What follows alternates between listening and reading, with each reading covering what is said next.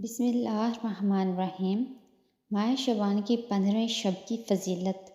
ارشاد فرمایا رسول صلی اللہ علیہ وسلم نے کہ اے عائشہ، تم جانتی ہو اس رات میں کیا ہوتا ہے؟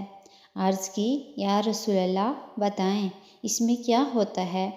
آپ صلی اللہ علیہ وسلم نے فرمایا اس رات میں یہ ہوتا ہے کہ آدم علیہ السلام کی اولاد میں سے جو شخص اس سال پیدا ہوگا اور جو اس سال میں مرے گا، اس کا مرنا اور پیدا ہونا لکھا جاتا ہے، اور جو فرشتے ان کاموں پر مقرر ہیں ان کو اطلاع دی جاتی ہے، اور جتنا جتنا رزق مخلوق کو اس برس میں ملے گا سب لکھا جاتا ہے۔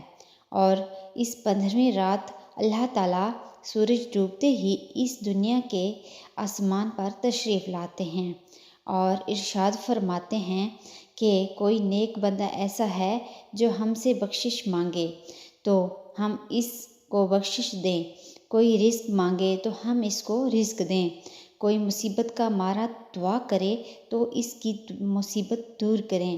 اسی طرح صبح ہونے تک ارشاد فرماتے ہیں بس بندوں کو چاہیے کہ اس رات میں خوب عبادت کریں اور اپنے گناہوں کی معافی مانگیں اور 15ویں تاریخ کو روزہ رکھیں، اور اللہ تعالیٰ اس رات میں اپنی مہربانی سے بے شمار بندوں کو بخشتا ہے، مگر کافر، مشرک، کینہ رکھنے والوں کو اور قاتل کو نہیں بخشتا۔